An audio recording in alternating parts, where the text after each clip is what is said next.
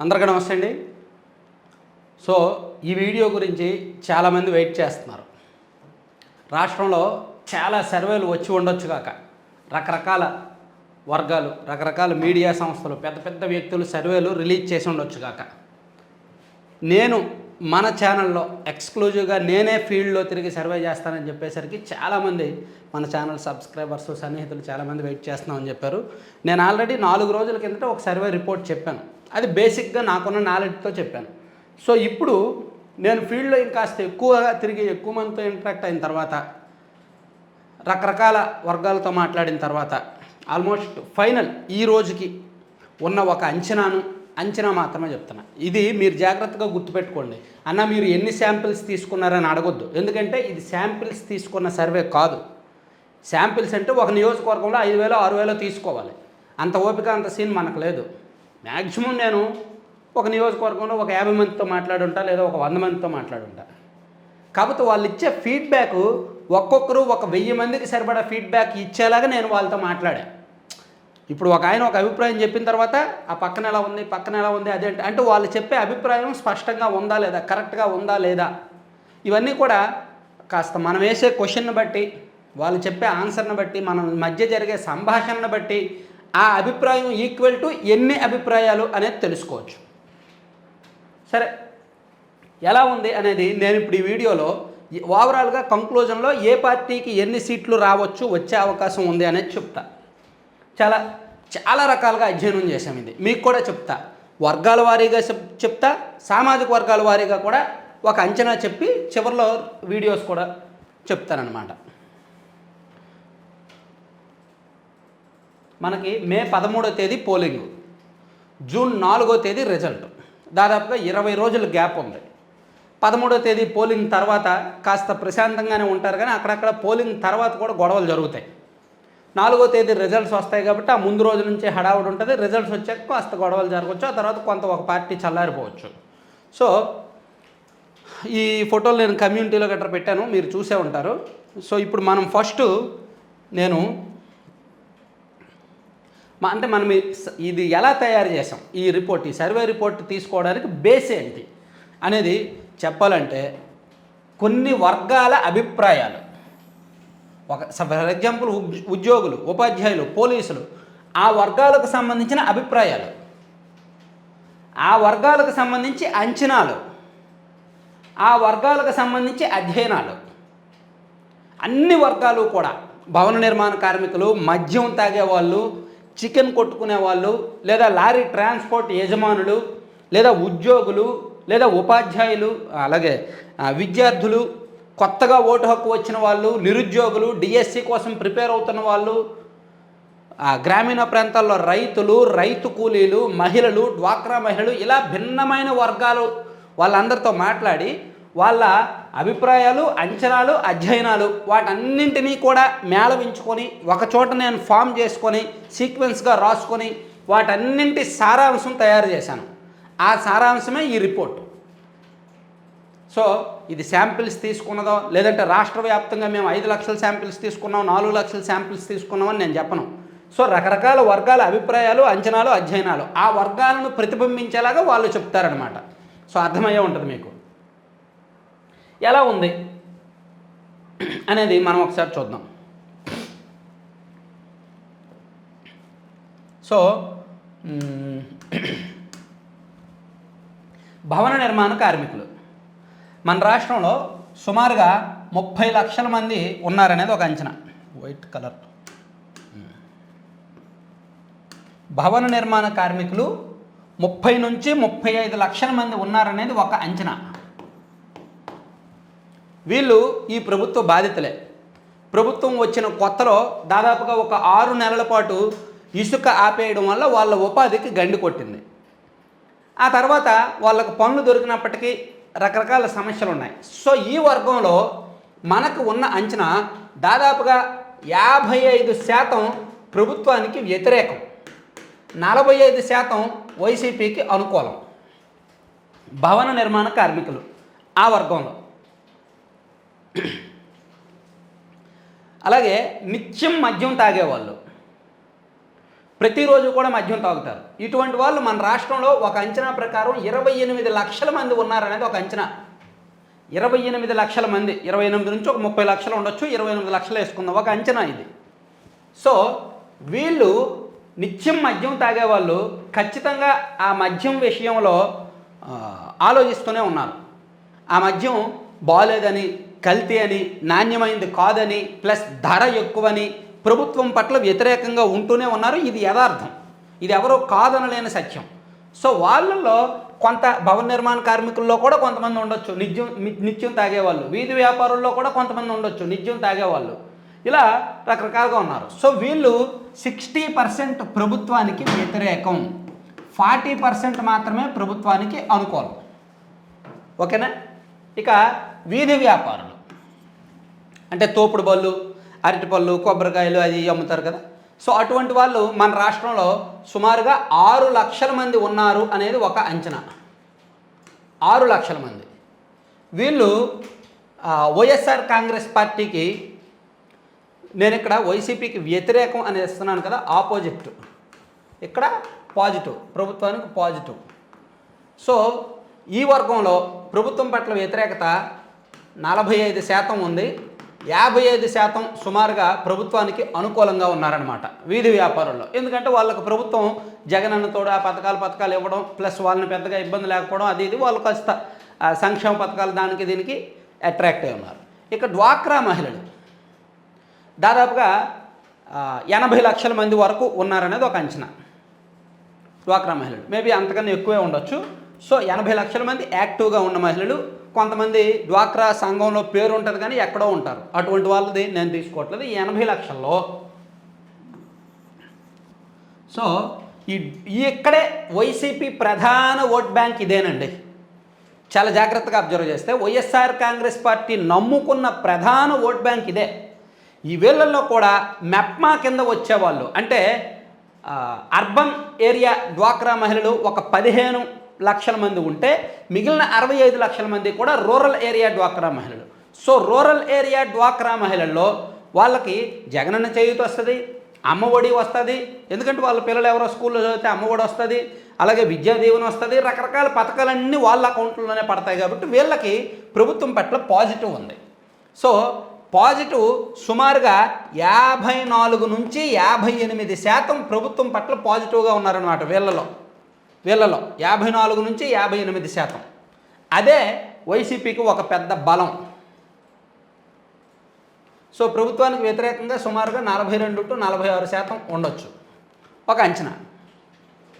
ఇక ఉద్యోగులు, ప్రభుత్వ ఉద్యోగులు, వాళ్ళ ఇంట్లో పిల్లలు, ఒక్కొక్క ఉద్యోగికి యావరేజ్గా 3 ఓట్లు లెక్కేసుకుందాం. ఉపాధ్యాయులు 3 లక్షల మంది, ఉద్యోగులు పోలీసులు మొత్తం కలిపి సుమారుగా 13 లక్షల మంది. ఉద్యోగులు పోలీసులు ఉపాధ్యాయులు కలిపి 13 లక్షల మంది. ఈ 13 లక్షలు ఒక్కొక్క ఇంట్లో 3 ఓట్లు లెక్కేసుకున్నా ఇది 39 లక్షల ఓట్లకి సమానం. సో వీళ్ళు ఉద్యోగ వర్గాల్లో ప్రభుత్వానికి వ్యతిరేకంగా 25 నుంచి 30% ఉన్నారు. ఆల్రెడీ నిన్న పోస్టల్ బ్యాలెట్లో ఉద్యోగులు అందరూ మ్యాక్సిమం 80% అబౌవ్ ప్రభుత్వానికి వ్యతిరేకంగానే వేశారు. సో వాళ్ళ ఫ్యామిలీలో ఏమో కొంత వైసీపీకి అనుకూలత ఉండొచ్చు, ఒక 2-3%, 5-10%. కాబట్టి యావరేజ్గా 25 to 30% మాత్రమే వైసీపీకి ఆపోజిట్లో రాశాను కదా. సో ఈ వర్గంలో సుమారుగా 70 నుంచి 75% ప్రభుత్వాన్ని వ్యతిరేకిస్తున్నారు, 25 నుంచి 30% మాత్రమే ప్రభుత్వానికి అనుకూలంగా ఉన్నారు ఉద్యోగుల్లో. ఇక నిరుద్యోగులు మన రాష్ట్రంలో సుమారుగా 20 లక్షల మంది ఉంటారు. 20 నుంచి 25 లక్షలు ఉండొచ్చు, నేనైతే 20 లక్షలే లెక్కేస్తున్నాను రఫ్గా. సో వీళ్ళు ఎలా ఈ లెక్క ప్రభుత్వం అధికారికంగా 6,61,000 మంది నిరుద్యోగులు అని చెప్పి ఎంప్లాయ్మెంట్ ఎక్స్చేంజ్లో రిజిస్టర్ చేసుకున్నారని చెప్పి అసెంబ్లీలో చెప్పింది ప్రభుత్వం. మొన్న డిఎస్సి పెడితే 8 లక్షలకు పైగా అప్లికేషన్లు వచ్చాయి.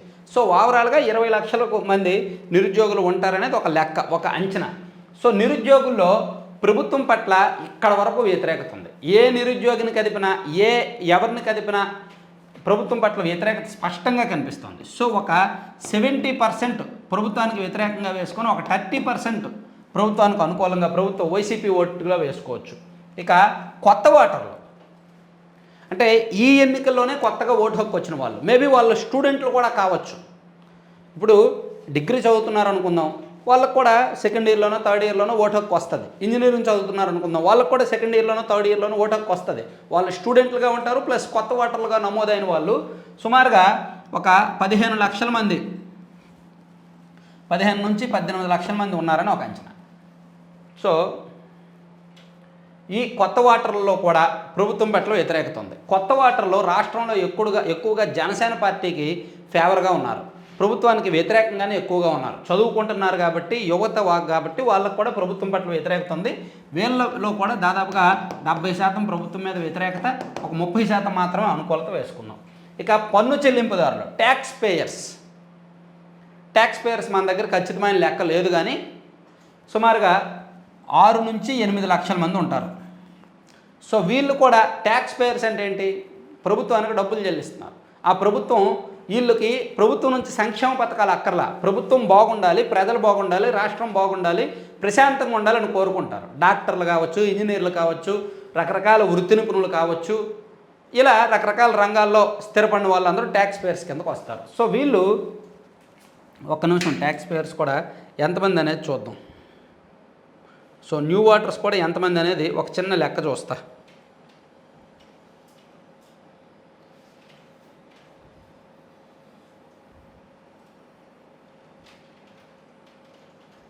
అంతే, న్యూ ఓటర్స్ 15 నుంచి 18 లక్షల మంది. ట్యాక్స్ పేయర్స్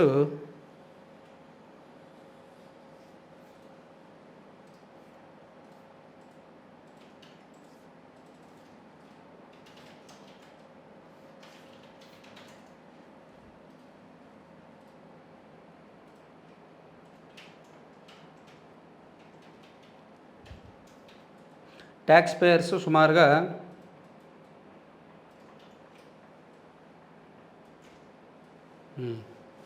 18 లక్షల మంది. అయితే వీళ్ళందరూ ఐటీఆర్ వేస్తున్న వాళ్ళు 18 లక్షల మంది, ఐటీ రిటర్న్స్ వేస్తున్న వాళ్ళు, వీళ్ళందరూ కూడా పన్నులు కడతారని మనం చెప్పలేం. సో 8 లక్షల మందే సరైన లెక్క. వీళ్ళల్లో కూడా ప్రభుత్వం పట్ల స్పష్టమైన వ్యతిరేకత ఉంది. 70% వ్యతిరేకత, 30% అనుకూలత మాత్రమే లెక్క వేసుకుందాం. ఇక వ్యాపారులు, వీధి వ్యాపారులు వేరు, వ్యాపారులు వేరు. చిల్లర వర్తకం అది ఇది ఉంటాయి కదా, మెడికల్ షాపులని, కిరాణా షాపులని, అదని వీళ్ళు కూడా దాదాపుగా ఒక 12 లక్షల మంది ఉంటారు. సో వీళ్ళల్లో కూడా వీళ్ళకి పెద్దగా ఏం లేదు, ప్రభుత్వం పట్ల వ్యతిరేకత ఒక 55%, అనుకూలత ఒక 45% మనకు కనిపించింది అనమాట, మన అంచనా. అలాగే వివిధ ఇతర వర్గాలు ఉంటారు. రైతులు, రైతు కూలీలు, రైతు కూలీలు దాదాపుగా 80 లక్షల మంది, ప్రైవేటు ఉద్యోగులు దాదాపుగా 30 లక్షల మంది, అలాగే వివిధ ఇతర వర్గాల వాళ్ళు దాదాపుగా 30 లక్షల మంది ఉన్నారు. రైతు కూలీలు కూడా హయ్యెస్ట్. వైఎస్ఆర్ కాంగ్రెస్ పార్టీ ప్రభుత్వం ఆశలు పెట్టుకున్నది ఈ ఓట్ల మీద. రైతు కూలీలు అంటే రూరల్ ఓటింగ్ కూడా వైసీపీకి ఎంతో కొంత ఫేవరు, అది కరెక్ట్. వైఎస్ఆర్ కాంగ్రెస్ పార్టీకి అంటే ఎక్కువ ఓటర్లు ఉన్నది మహిళలు, రైతులు అండ్ కూలీలు, అంటే రూరల్ ఓటింగ్. ఈ రెండిట్లో నిజంగానే వైసీపీకి ఫేవర్ ఉంది. సో వీళ్ళల్లో కూడా వైఎస్ఆర్ కాంగ్రెస్ పార్టీ పట్ల వ్యతిరేకత దాదాపుగా 45% ఉంటే, అనుకూలత 55% మంది ఫేవర్గా ఉన్నారనమాట. సో ఈ ప్రైవేట్ ఉద్యోగుల్లో ప్రభుత్వం పట్ల వ్యతిరేకత ఎక్కువ ఉంది, ఇతర వర్గాల్లో కూడా ప్రభుత్వం పట్ల వ్యతిరేకత ఎక్కువ ఉంది. మీరు ఇక్కడ జాగ్రత్తగా చూస్తే ఎక్కువ ఓట్లు ఉన్న డ్వాక్రా మహిళలు, రైతు కూలీల్లో ప్రభుత్వం పట్ల అనుకూలత కనిపిస్తోంది. మిగిలిన అన్ని వర్గాల్లో కూడా ప్రభుత్వం పట్ల వ్యతిరేకత ఎక్కువ ఉంది. సో మనకున్న అంచనా ఇది పక్కన పెడితే, ఇక సామాజిక వర్గాల అంచనాలకు కూడా వద్దాం. సో సామాజిక వర్గాలను కూడా మనం ఒకసారి లెక్క వేసుకుంటే, మన రాష్ట్రంలో ఎక్కువ ఓట్లు ఉన్న సామాజిక వర్గం కాపు, బలిజ, తెలగ హయ్యెస్ట్ అనమాట. దాదాపుగా రాష్ట్ర ఓటర్లలో 15 నుంచి 17% ఓట్లు వాళ్ళయే. అంటే 15 నుంచి 17% అంటే యావరేజ్గా ఇదొక 40 లక్షలను, 40 అదొక 60 లక్షలు, 62 లక్షలకు మధ్యలో ఓట్లు ఉంటాయి. సో వీళ్ళల్లో ప్రభుత్వం పట్ల వ్యతిరేకత ఎక్కువ ఉంది, ఇది ఎవరు కాదనలేని సత్యం. కాపు సామాజిక వర్గంలో పవన్ కళ్యాణ్ గారిని ఆ సామాజిక వర్గం వాళ్ళతోనే తిట్టేస్తున్నారని, లేదంటే వాళ్ళలో చీలికలు తెస్తున్నారని, విభేదాలు సృష్టిస్తున్నారని ఇలా కొంత ఉంది. పైగా ఆ కమ్యూనిటీ డెవలప్మెంట్ కోసమో ఆ కార్పొరేషన్కో పెద్దగా ఇచ్చిందేమీ లేదు. సో ఈ కమ్యూనిటీలో మన అంచనా ప్రకారం వైఎస్ఆర్ కాంగ్రెస్ పార్టీకి వ్యతిరేకత ఎక్కువగా ఉంది, అనుకూలత ఒక 40% ఫేవర్గా ఉంటే 60% వ్యతిరేకంగా ఉన్నారనేది వాస్తవం. మినిమం నేను లెక్కేస్తున్నా, ఇంకా ఎక్కువే ఉండొచ్చు. ప్రభుత్వం పట్ల వ్యతిరేకత ఇంకా ఎక్కువే ఉండొచ్చు, 70% వ్యతిరేకంగా ఉండొచ్చు. కానీ నేను అంచనా ఒక 60% మినిమం వేస్తున్నాను. ఇక బీసీలో యాదవ్ కమ్యూనిటీ ఓట్లు ఎక్కువ, దాదాపుగా వాళ్ళు ఒక 30 లక్షల వరకు ఉంటారు. 28 నుంచి 30 లక్షలు రాష్ట్ర వ్యాప్తంగా వాళ్ళ ఓట్ల సంఖ్య. సో వీళ్ళు సంక్షేమ పథకాల లబ్ధిదారులు ఉన్నారు. అలాగే ఈ కమ్యూనిటీ బేస్ చేసుకొని వైఎస్ఆర్ కాంగ్రెస్ పార్టీ ఎక్కువగా పాలిటిక్స్ చేసింది, ఈ కమ్యూనిటీ వాళ్ళకి ఎక్కువగా సీట్లు ఇచ్చారు. గతంలో వీళ్ళు టీడీపీకి అనుకూలంగా ఉండేవాళ్ళు, కానీ వైసీపీ అధికారంలోకి వచ్చిన తర్వాత వీళ్ళకి కాస్త ప్రయారిటీ ఇవ్వడం ఇదంతా జరగడంతో ఈ కమ్యూనిటీలో కాస్త మార్పు వచ్చింది. సో వీళ్ళు 50-50 ఉన్నారు. మన అంచనా ప్రకారం రెండు పార్టీలకు కూడా 50-50 ఉన్నారు. ఇక రెడ్డి సామాజిక వర్గం యాక్చువల్లీ వైసీపీ గత ఎన్నికల్లో మోర్ దాన్ 70% వైసీపీకి వేశారు. కానీ రెడ్డి సామాజిక వర్గం, నేను రాయచోటి, కడప ఆ ప్రాంతాల్లో రెడ్డి సామాజిక వర్గం వాళ్ళతో కొంతమందితో మాట్లాడుతున్నప్పుడు వాళ్ళకి ప్రభుత్వం నచ్చల, జగన్మోహన్ రెడ్డి గారి పనితీరు నచ్చల, చాలా విషయాలు చెప్పుకొచ్చారు. సో ఆ సామాజిక వర్గంలో కొంత అసంతృప్తి, అసమ్మతి ఉంది. సో గత ఎన్నికలతో పోలిస్తే ఇప్పుడు ఒక 5% ఓటింగ్ తగ్గే అవకాశం ఉంది. రెడ్డిస్లో ఒక 5% ఓటింగ్ తగ్గుద్ది, ప్రభుత్వానికి వ్యతిరేకంగా ఉంటుంది. సో అందుకని వైసీపీకి అనుకూలంగా 65% పడితే వ్యతిరేకంగా 35% పడే అవకాశం ఉంది రెడ్డి సామాజిక వర్గం. రెడ్డి సామాజిక వర్గం అంటే సుమారుగా 5.5% వరకు ఉండొచ్చు, అంటే ఒక 26 లక్షలు ఎన్ని ఓట్లు ఉంటాయి. ఇక ముస్లిమ్స్ కూడా వైసీపీ ప్రధాన బలగం. సో వీళ్ళు కూడా అంతే. వీళ్ళు కూడా గత ఎన్నికల్లో వైసీపీకి అనుకూలంగా ఉన్నారు. నేను మొన్న చిత్తూరు, పూతలపట్టు, అలాగే పలమనేరు, పొంగనూరు ఆ ప్రాంతం, రాయచోటి ఆ ప్రాంతంలో ముస్లిమ్స్తో చాలామందితో మాట్లాడాను. ముస్లిం వర్గాలతో, పర్టికులర్గా రెడ్డి అండ్ ముస్లిమ్స్లో ఎక్కువ మందితో మాట్లాడారు రాయలసీమ ప్రాంతంలో. సో వాళ్ళకు కూడా ముస్లింలో ఒక సంఘానికి పెద్ద ఆయన, ఆ రాయలసీమ ప్రాంతం మొత్తం ఒక సంఘం ఉంటే దానికి పెద్ద ఆయన చిత్తూరులో ఉంటే ఆయనతో మాట్లాడితే ఒక 6-7% చేంజ్ వచ్చిందండి అని చెప్పారు. సో ప్రభుత్వం మీద వ్యతిరేకత వీళ్ళకు కూడా స్పష్టంగా ఉంది. కాకపోతే బీజేపీతో టీడీపీ వాళ్ళు పొత్తు పెట్టుకున్నారు కాబట్టి వీళ్ళకి చేంజ్ వచ్చినప్పటికీ చూసి టీడీపీ కూటమికి వేయలేకపోతున్నారు. కొంత సైలెంట్ ఓటింగ్ ఉండొచ్చు అనుకుంటున్నా. వీళ్ళు గత ఎన్నికల్లో వైసీపీకి 68%, టీడీపీ కూటమికి టీడీపీ జనసేన వాళ్ళందరూ కలిపి 32% వేశారు, 68% వైసీపీకి వేశారు. ఇప్పుడు వైసీపీకి సుమారుగా 62% ఉండొచ్చు, టీడీపీ కూటమికి 38% ఉండొచ్చు ఇప్పుడున్న అంచనా ప్రకారం. ఇక ఎస్సీ మాల, ఇది కూడా వైసీపీకి ఒక పెద్ద ఓటింగ్.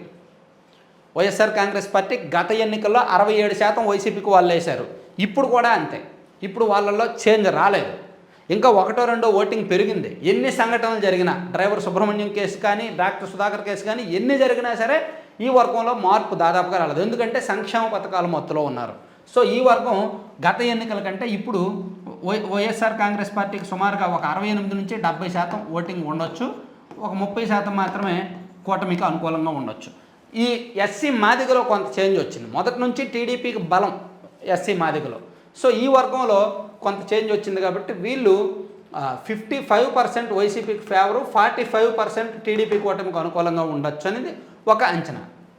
కమ్మ సామాజిక వర్గం గత ఎన్నికల్లో 72% టీడీపీకి అనుకూలంగా వేశారు, 28% వైసీపీకి వేశారు. ఇప్పుడు వీళ్ళలో పూర్తిగా చేంజ్ వచ్చింది, ప్రభుత్వం పట్ల విపరీతమైన వ్యతిరేకత. సో 90% ప్రభుత్వానికి అనుకూలంగా 90% వరకు ఇది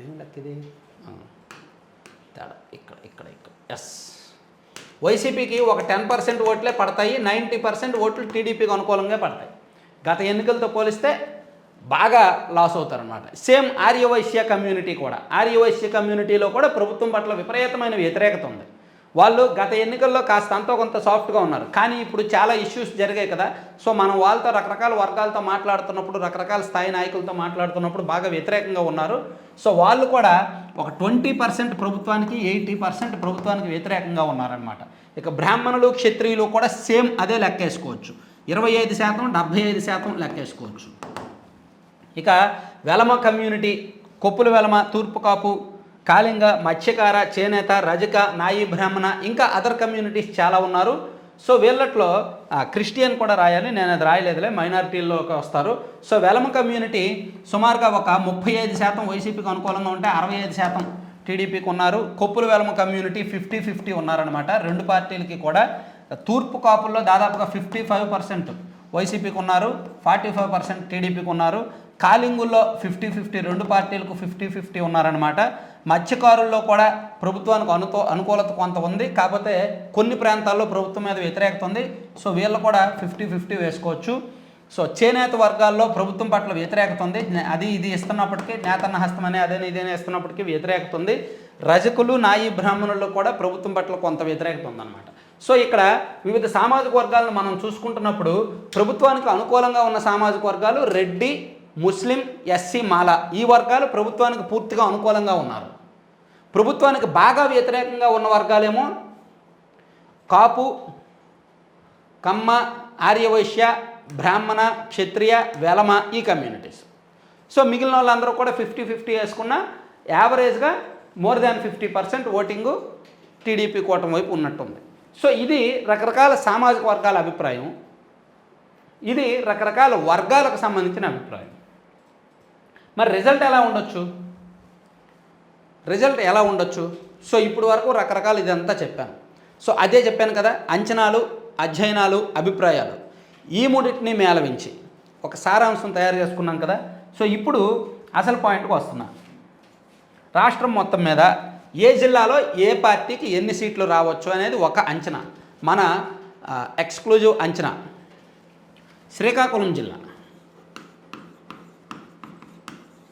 మొత్తం 10 సీట్లు కదా. నేను ఇక్కడ టీడీపీ కూటమికి అనుకూలం, వైఎస్ఆర్సీపీ అనుకూలం, టైట్ ఫైటు. సో ఈ 3 రాస్తున్నా. టీడీపీ కూటమి అనుకూలం, వైసీపీకి అనుకూలం, టైట్ ఫైటు.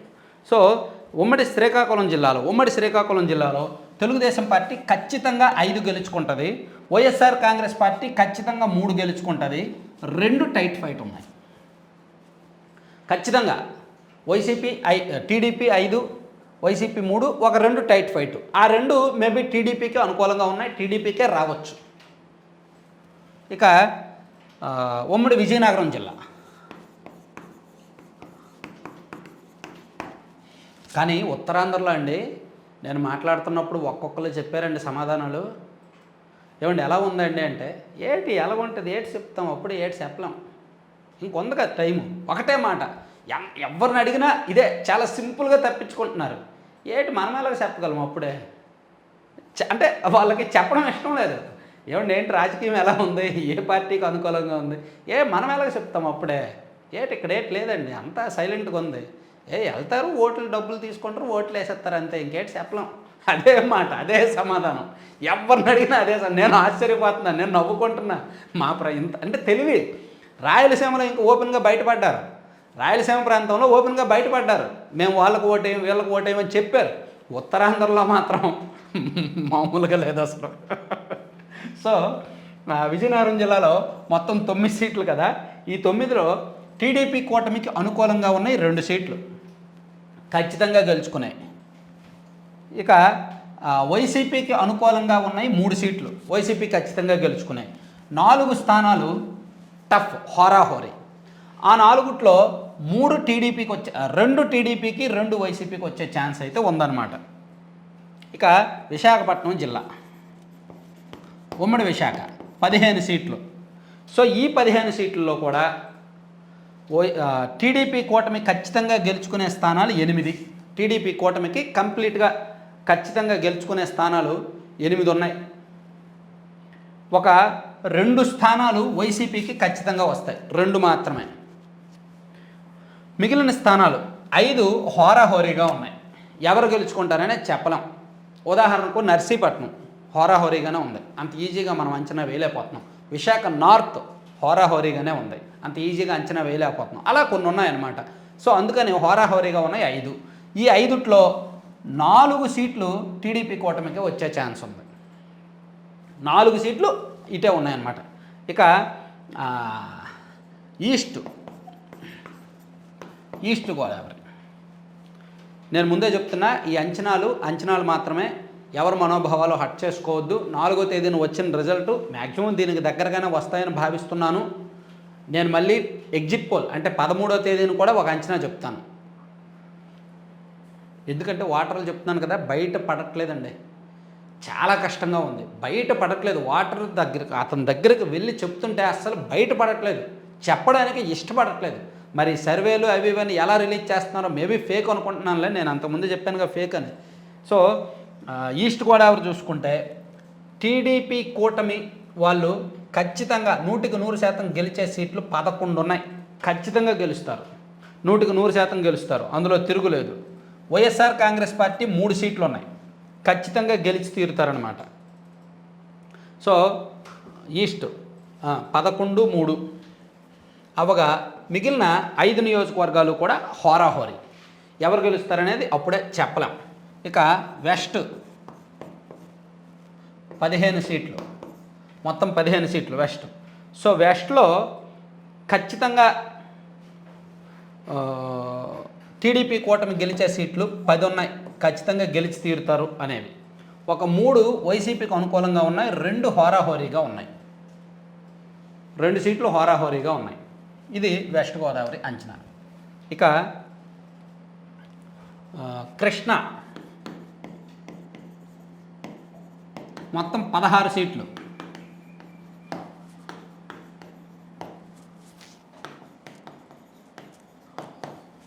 సో ఈ 16లో నేను ఇది ఒక పీడిఎఫ్ డాక్యుమెంట్ కూడా రిలీజ్ చేస్తాను, అది కూడా చూద్దరు కానీ. అంటే నెక్స్ట్ నీట్గా బోర్డు మీద రాసింది అర్థం కాకపోయినా నేను ఈ వీడియో అయిపోయిన తర్వాత ఒక పీడిఎఫ్ డాక్యుమెంట్ రిలీజ్ చేస్తాను, అది అందులో మీరు నీట్గా చూడొచ్చు.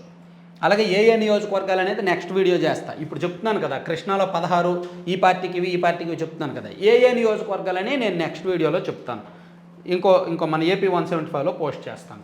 ఇక కృష్ణా జిల్లా చూసుకుంటే టీడీపీకి ఖచ్చితంగా 10 వస్తాయి, టీడీపీ కూటమికి. వైసీపీకి 2 అవకాశం ఉంది, 4 సీట్లు హోరాహోరీగా ఉన్నాయి.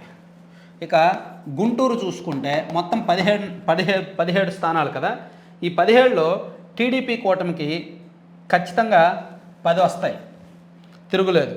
ఒక 3 వైఎస్ఆర్పీకి అనుకూలం, ఒక 4 హోరాహోరీగా ఉన్నాయి. ఇక ప్రకాశం జిల్లాకు వచ్చేసరికి 12 నియోజకవర్గాలు ఉన్నాయి కదా, ఈ 12లో టీడీపీ కూటమి ఖచ్చితంగా 100% 5 గెలుచుకుంటుంది. వైఎస్ఆర్ కాంగ్రెస్ పార్టీ 3 గెలుచుకుంటుంది ఖచ్చితంగా. సో అబాబుగా ఇంకో 4 సీట్లు హోరాహోరీగా ఉన్నాయి. ఈ 4లో వీళ్ళకి 2 అనుకూలం, వీళ్ళకి 2 అనుకూలం ఉన్నాయి. ఇక నెల్లూరు జిల్లాలో 10 ఉన్నాయి. ఈ 10లో 4 టీడీపీ కూటమికి ఛాన్స్ ఉన్నాయి, 2 వైసీపీ వాళ్ళకి 100% 2 ఉన్నాయి. ఇక్కడ కూడా ఒక 4 సీట్లు హోరాహోరీగా ఉన్నాయన్నమాట, టఫ్గా ఉన్నాయి, చెప్పడం కష్టంగా ఉంది. ఇక కడప జిల్లా 10 సీట్లు కదా, సో ఈ 10లో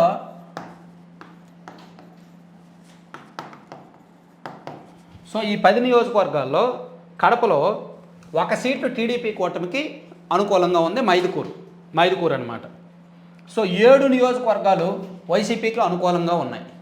ఒక 2 నియోజకవర్గాలు టైట్గా టఫ్ ఫైట్ ఉన్నాయి, కడప, రాజంపేట, ఆ 2 టఫ్గా ఉన్నాయి. ఇక కర్నూలు 14 సీట్లు. సో ఈ 14లో కూడా 2 టీడీపీకి అనుకూలంగా ఉన్నాయి, ఖచ్చితంగా టీడీపీ గెలిచే సీట్లు 2 ఉన్నాయి. అలాగే వైఎస్ఆర్ కాంగ్రెస్ పార్టీ ఖచ్చితంగా గెలిచే సీట్లు 7 ఉన్నాయి, 7. సో మిగిలినవన్నీ కూడా ఒక 5 నియోజకవర్గాలు హోరాహోరీగా ఉన్నాయి. ఈ 5లో ఒక 3, 4 టీడీపీకి వచ్చే ఛాన్స్ అయితే ఉంది, తెలుగుదేశం పార్టీ కూటమికి వచ్చే ఛాన్స్ ఉంది.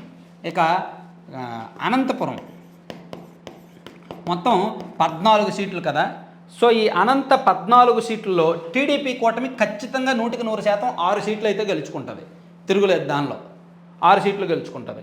ఇక వైఎస్ఆర్ కాంగ్రెస్ పార్టీ ఖచ్చితంగా 2 గెలుచుకుంటుంది, 6 సీట్లు హోరాహోరీగా ఉన్నాయి. అంత అంచనా వేయలేకపోతున్నాం, 6 సీట్లు ఎవరు గెలుస్తారనేది చెప్పడం కష్టంగా మారింది. ధర్మవరం, రాప్తాడు, ఈ 2 చాలా టఫెస్ట్ కాన్స్టిట్యున్సీస్. అక్కడ అంచనా మన టీం 2-3 సార్లు తిరిగినా సరే ఒక అంచనా రాలేదు, అటువంటి 6 ఉన్నాయి అనంతపురం జిల్లాలో. ఇక చివరిగా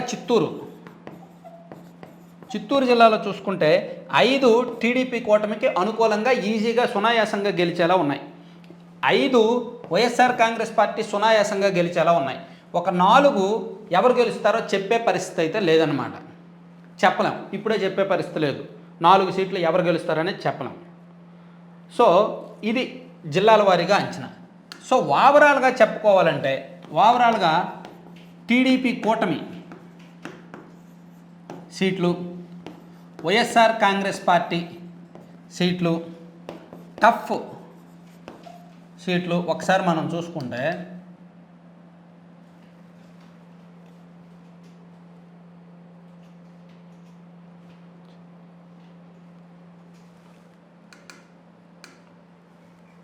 టీడీపీ కూటమి 79 సీట్లు 100% 100% గెలుచుకుంటుంది. వైసీపీ 43 సీట్లు పాజిటివ్గా గెలుచుకుంటుంది. మిగిలినవి 53 హోరాహోరీగా ఉన్నాయన్నమాట. ఈ 53 హోరాహోరీగా ఉన్న సీట్లు సుమారుగా 35 వరకు టీడీపీ కూటమికి వచ్చే ఛాన్స్ ఉంది. ఈ హోరాహోరీగా ఉన్న 53లో 35 వరకు టీడీపీ కూటమికి వచ్చే ఛాన్స్ ఉందన్నమాట. సో ఓవరాల్గా ఒక అంచనా వేసుకోవాలి అంటే సుమారుగా 110 నుంచి 122 సీట్లు ఓవరాల్గా చెప్తున్నా. ఓవరాల్గా ఒక అంచనా చెప్తున్నా. 110 నుంచి 122 సీట్లు తెలుగుదేశం పార్టీ కూటమికి అనుకూలంగా ఉన్నట్టు లెక్క. ఏది ఈజీగా గెలిచే సీట్లు కొన్ని ఉన్నాయి, కాస్త టఫ్ ఫైట్తో ఎడ్జ్లో బయటపడే సీట్లు కొన్ని ఉన్నాయి. గుడివాడ మేబీ ఎడ్జ్లో బయటపడతారు, ఉరవకొండ ఎడ్జ్లో బయటపడవచ్చు, ధర్మవరం రాప్తాడు ఎడ్జ్లో బయటపడవచ్చు. ఇలా ఓవరాల్గా మొత్తం చూసుకుంటే అన్ని జిల్లాల వారీగా ఉన్న టీడీపీ ఖచ్చితంగా గెలిచేవి ప్లస్ ఎడ్జ్లో బయటపడేవి మొత్తం లెక్క చూసుకుంటే సుమారుగా 110 నుంచి 122 సీట్లు ఉన్నాయండి వీళ్ళకి పాజిటివ్గా. వీళ్ళకు వచ్చే సీట్లు వచ్చే అవకాశం ఉన్నదండి. సో మిగిలిన సీట్లు వైసీపీకే ఎన్ని అనేది ఇంకా మీరు చూసుకోవచ్చు. ఇది ఏ సీటు ఎవరికనేది నేను ఒకసారి నెక్స్ట్ వీడియో చెప్తాను. ఇందులో అంటే వైసీపీ వాళ్ళు మేబీ కొంచెం తిట్టుకోవచ్చు, హట్ అవ్వచ్చు, కానీ గ్రౌండ్లో పరిస్థితి అంత బాగోలేదు. చెప్పాను కదా, వర్గాల వారీగా సామాజిక వర్గాల వారీగా చాలా దగ్గరగా అబ్జర్వ్ చేసిన తర్వాత పరిస్థితి అంత బాగోలేదు అని అర్థమైంది. మేబీ వైసీపీ వాళ్ళు పోల్ మేనేజ్మెంట్ గట్టిగా చేస్తున్నారు, డబ్బులు బీభత్సంగా ఖర్చు పెడుతున్నారు. దీనివలన ఒక 4 to 5% చేంజ్ ఉంటే ఒక 10 సీట్లు 8 నుంచి 10 సీట్లు కోల్పోతారు తప్ప టీడీపీ అంతకన్నా ఎక్కువ కోల్పోదు. మళ్ళీ చెప్తున్నా క్లారిటీగా. ఒకవేళ పోల్ మేనేజ్మెంట్ ఈ 2 రోజుల్లో ఏం జరుగుద్ది, మహా అయితే పోల్ మేనేజ్మెంట్ తేడా కొడుతుంది. ఆ పోల్ మేనేజ్మెంట్ తేడా కొడితే టీడీపీ వాళ్ళు ఒక 8 నుంచి 10 సీట్లు కోల్పోతారు తప్ప అంతకు మించి కోల్పోరు. సో ఎలా లేదన్నా 105 సీట్లు అయినా సరే మినిమం వస్తాయి కూటమికి. సో అంచనా అయితే 110 నుంచి 122. Thank you.